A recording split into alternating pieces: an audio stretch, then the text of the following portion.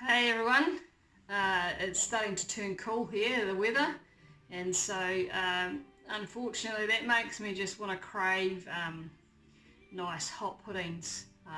Just have to make up for it with a bunch load of walking. Yeah, either that or I just put on that winter fat when I hibernate, one or the other. Anyways, today I've got a nice easy dinner happening for our Friday night takeaways, so I am going to make a peach cobbler, which is one of my absolute favourites.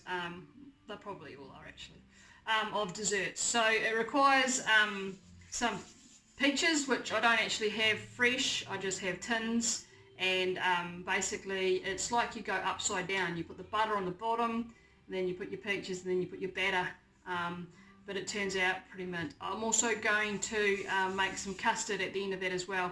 Nice simple custard. I'll show that to you as well towards the end of this video. Okay, so here we go. Here's my recipe.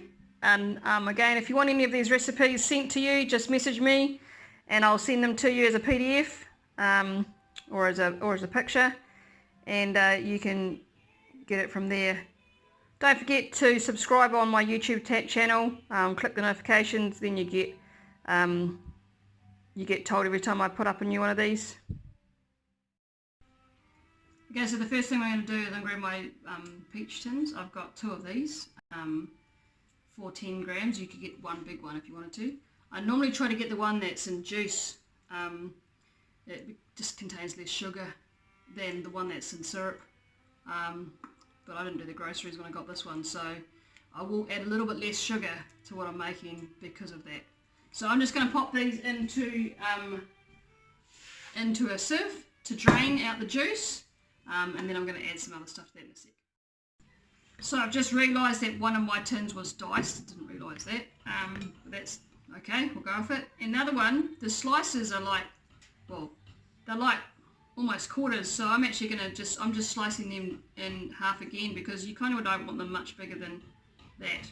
So yeah. Okay, so I've drained my peaches, popped them into the bowl here, but I'm keeping the juice.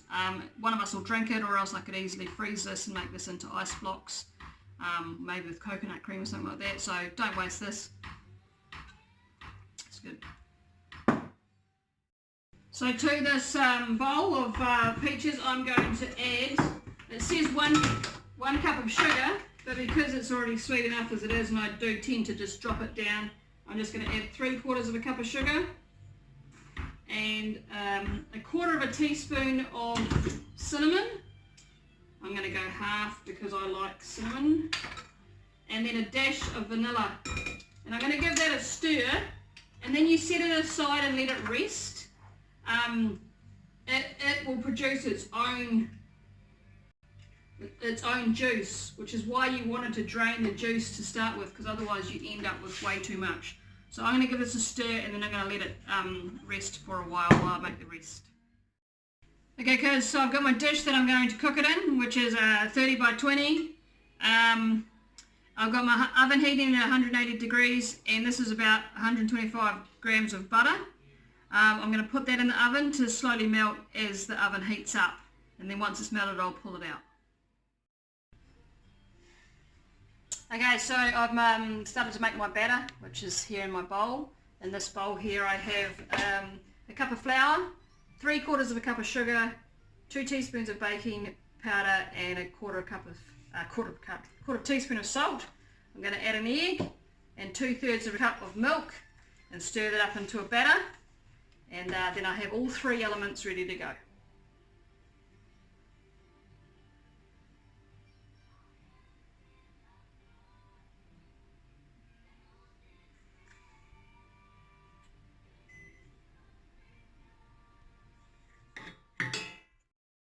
Okay, so I have my 3 elements ready. I've got my melted butter in this dish, I have my batter, and then I have my fruit that I added sugar to.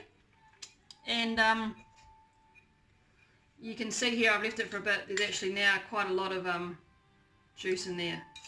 So I think I said it wrong before, how you mix them together, but basically on top of this butter, I'm going to add my batter. I'm not going to stir it though, I'm just going to pour it on. Does seem weird, but trust me, this is going to taste pretty good. So I'm going to add that all on. Then I'm going to add on, I'll just scrape that out, and then I'm going to add on my fruit. Okay, so I have the batter all put in there now, and so I'm just going to, you could pour it on if you want, but I'm just going to plop it in just so that it's a bit more even. Plop in my peaches. You could use whatever really, you could use apples or feijoas or a mixture or pears. But yeah, I'll put this all on here.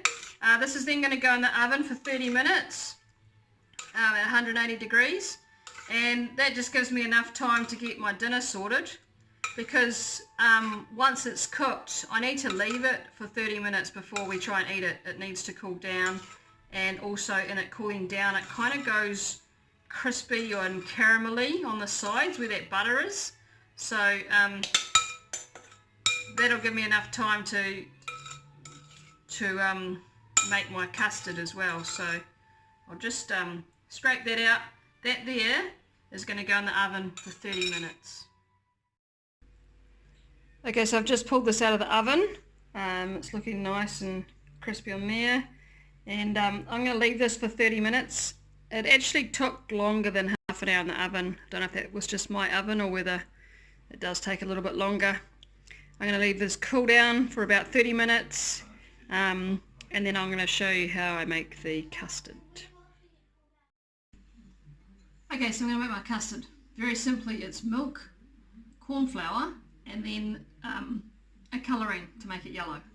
Or if you wanted to, you could just use milk and custard powder. A little bit of sugar as well just to sweeten it up, and it's as simple as that. I don't have any custard powder, so I'm going to use corn flour and a dash of yellow food colouring to make it yellow. I have tried using turmeric before.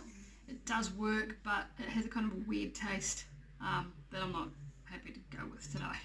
So I'm going to go with 1.5 cups of milk in here, and then I'll tip most of that into the saucepan. You make sure you have a nice thick bottom saucepan so it doesn't burn. I'll leave a little bit in here that I'm going to mix the corn flour in.